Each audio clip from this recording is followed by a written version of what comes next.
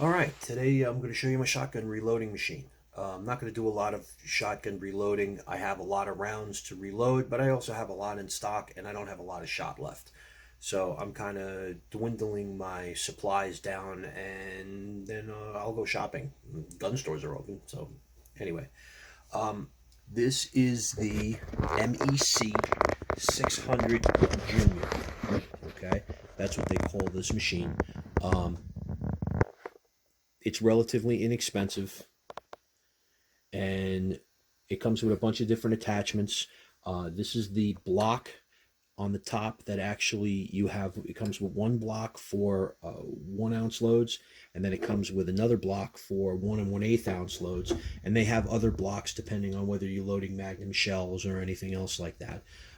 These hanging up here, these are all the different ferrules that go inside the block so that you can tailor your load exactly to what you need. So today for this, we're using an Alliant powder.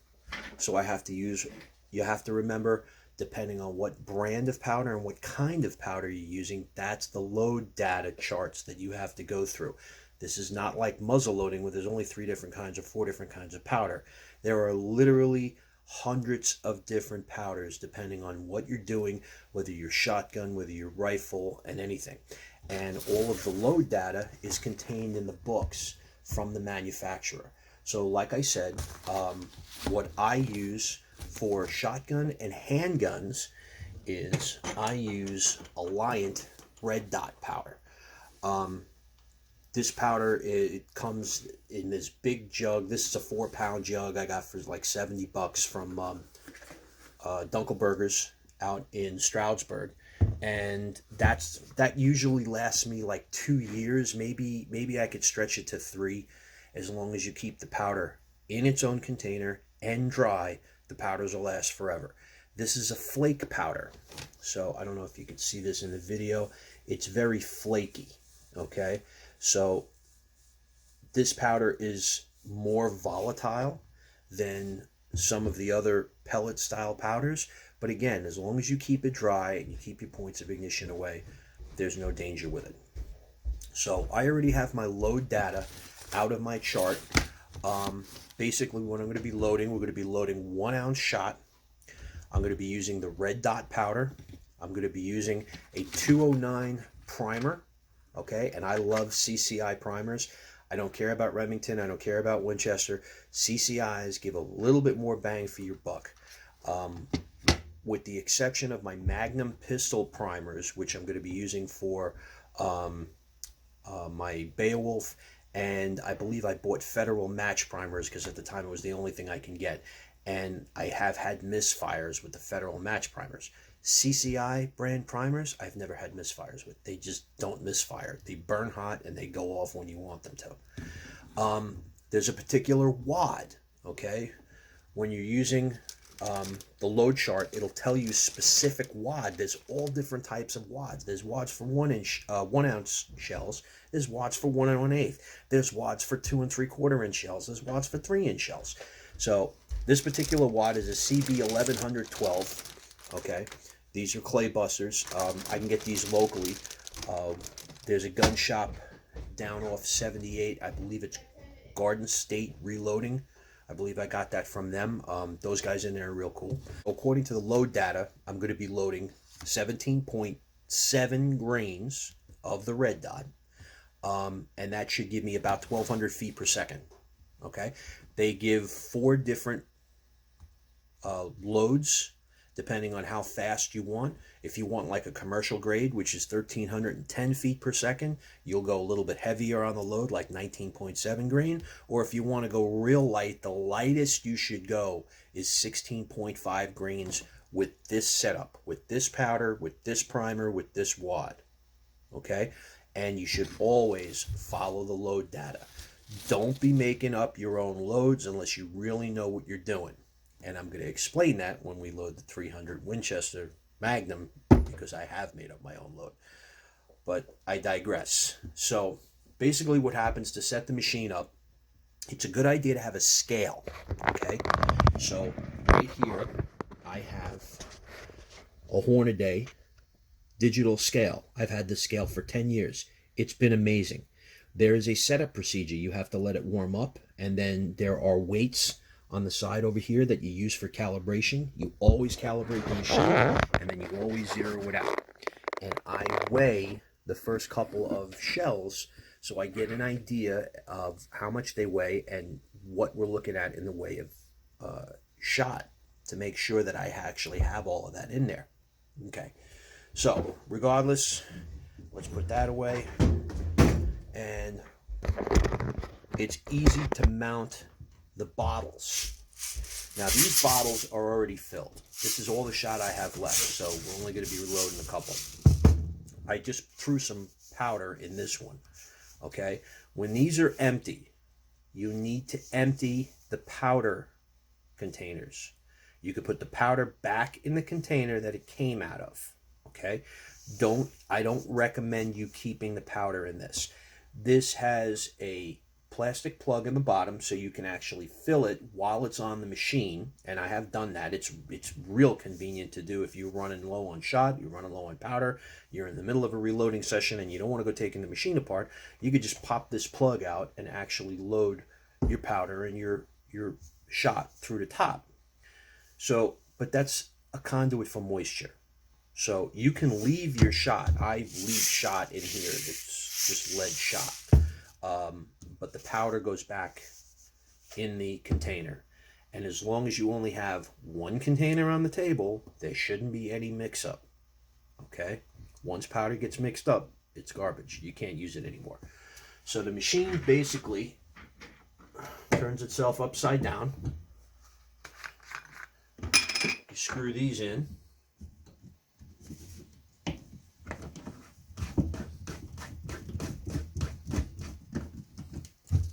And they don't have to be tight.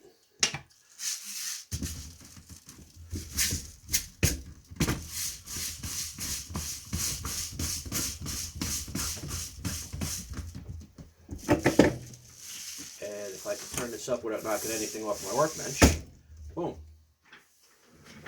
That's it. It's ready to go. Now, this has 5 stations. So you have your decapping and resizing station over here. Over here, you have your primer insertion. This station here, you have your powder, wad, and shot insertion.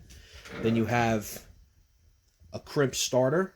And then you have the final sizing and crimp.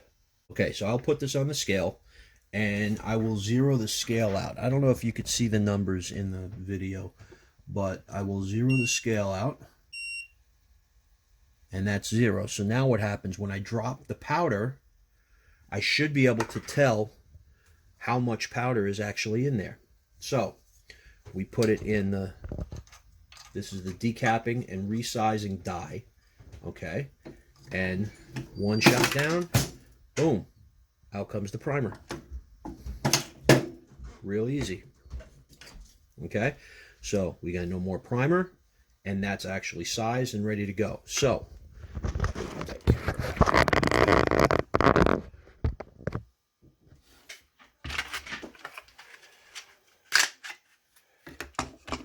all right, so we take a primer, put the primer down in the base,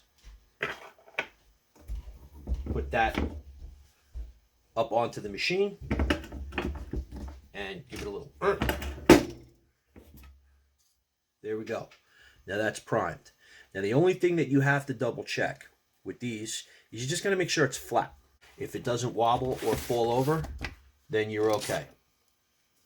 All right. If it starts to wobble or anything like that, the primer is not tight enough into the shell.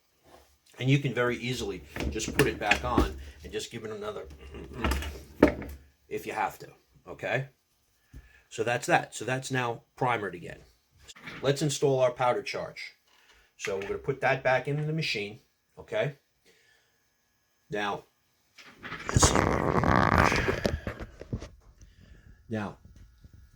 with this over to the right, this is your powder charge. Okay.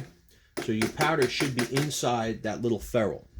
So what I do is I slide, I put this down, Okay, let's see if I can do this with one hand.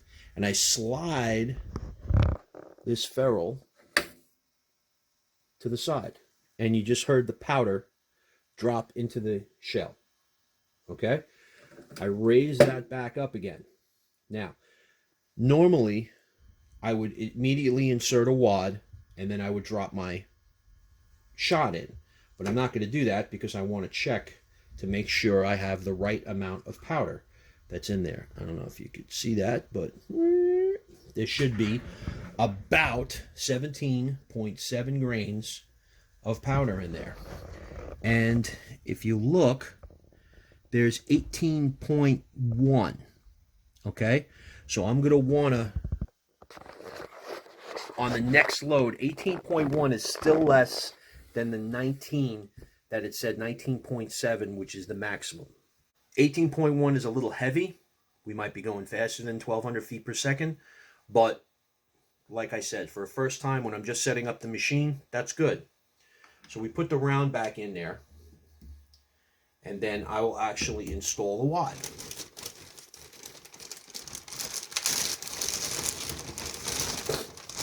And there's a particular way these wads have to go. Obviously, the large cup is where your shot is going to go. Okay? And that's on the bottom where the powder is. So you put this right inside the machine. You put that right inside the machine. Okay? And you drop that down, and it presses it into the shell. Now you move this lever back the other way, and you just heard the shot drop. Okay? When you lift this up, you now have a loaded shell. Okay? You go into the next station. The next station, you drop the hammer on that. That starts your crimp. And if you look now, it went from straight, now it started to crimp. And to complete the crimp, you put it in that last station, pull that handle again until it clicks down hard and to its stop. It's got to go to its stop. And you now have a crimped shotgun shell that's ready to be fired. Okay? This is a new one, machine crimp from the factory. You see the crimp's a little deep. This one is one of mine. Okay? So an overall weight, now I can get an overall weight of this round.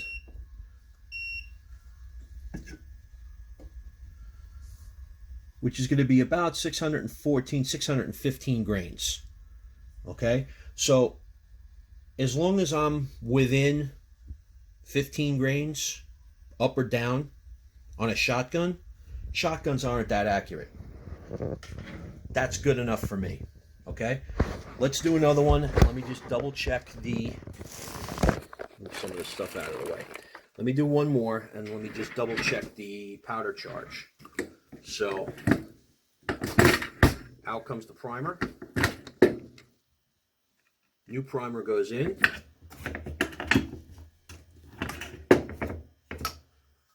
That's it. She stands up straight. And let's stick her on the scale. Zero that out. Okay. And now let's check the powder charge again. Okay. You saw me knocking the machine a little bit. The flake powder doesn't flow as well as pellet style powders. So sometimes static and stuff can build up in the plastic parts. Just want to give it a little wrap, just to make sure it's dropping all the powder. And this second shell is, again, 18.2. So we're dropping a little heavy, but at least we're consistent. Okay? So it could be that maybe I have the machine set up for something different, which I know I don't. This has been the same setup, the same load I've been using for years. But it just so happens that today we're a couple of grains heavy. The important thing is two things. You don't ever want to go below the minimum charge. If you go below a minimum charge, you might not get the wad out of the gun. You might have firing issues. You might not hit the clays. Okay? Or if you're hunting, you might not hit what you're shooting at. If you go over the maximum, you can actually blow the gun up. Okay? In the reloading manual, it gives you pressures also. So for the 16.5 grain load is 8,000 psi inside the chamber. The 17.7 grain load, which is what I was going for, is 9,000 psi. The 19.5 maximum charge for this shotgun load is 10,000 psi. Okay, so think about that. 10,000 psi. You're only putting 30 psi in your car tire. Okay, so think about 10,000 psi inside the chamber of your firearm. That's a lot of pressure, and anything over that could definitely damage your gun and hurt yourself. Okay, so we have the powder in there. Okay, let's go ahead. We're going to put the wad in.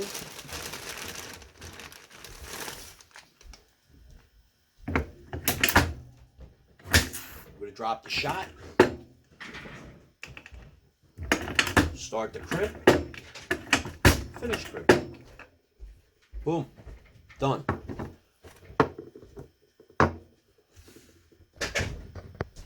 Okay, so with that being said, now comes the fun part. How fast can you go to reload these? And how many can you reload in an hour?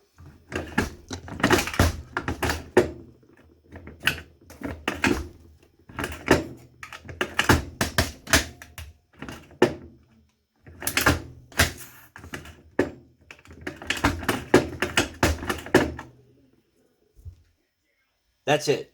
And I wasn't even really rushing. Okay? Any faster than that, and you might screw some things up.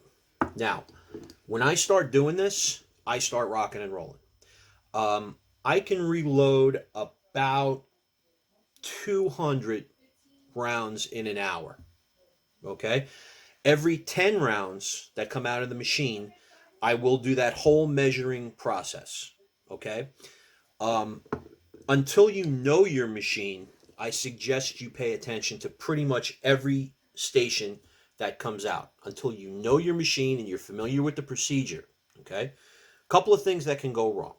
First thing that can go wrong, if you don't drop the new primer into the hole correctly, you could actually crimp the primer going in. All right? The thing I like about shotgun reloaders is you only have one primer at a time. If that primer was to go off, the only thing that's going to hurt is your ears. Some people recommend that you use hearing and eye protection, the same thing that you would at the range. I don't. I have never had one go off. Not to say it's not possible, but I don't speed reload with anything. Okay? So crushing primers, bad. Pay attention to how the primers are going into the machine. The other thing is, again, the amount of powder that you drop.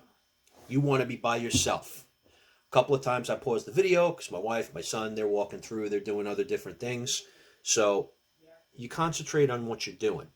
If you double drop powder, now think about what I said about the maximum powder charge is 19 grains.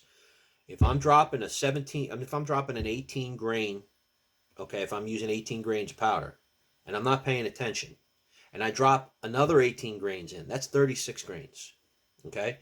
That's a homicidal round. That's a suicidal round.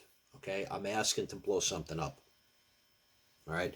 You must pay attention when you're doing stuff like this. I have my own little man cave. I sit down here. I might put a video on just to have background noise, and I go. Okay? So that's another thing you have to watch. Other than that, the machine is pretty much self-cleaning. The lead shot, when it comes down through the tube, will actually clean out any powder residue that's left in there. So the inside, the machine, you don't have to take it apart to clean it. When you're done, obviously, you turn these back over. Okay, and you unscrew them out.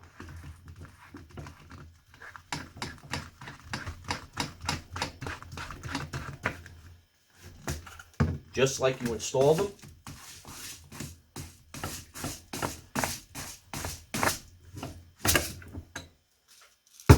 And the only thing that I do when I'm done with this is I'll just take a quick look down inside the powder reservoir just to make sure that that ferrule is empty. That ferrule's made out of stainless, so it's not going to build up any powder most of the time, in my experience.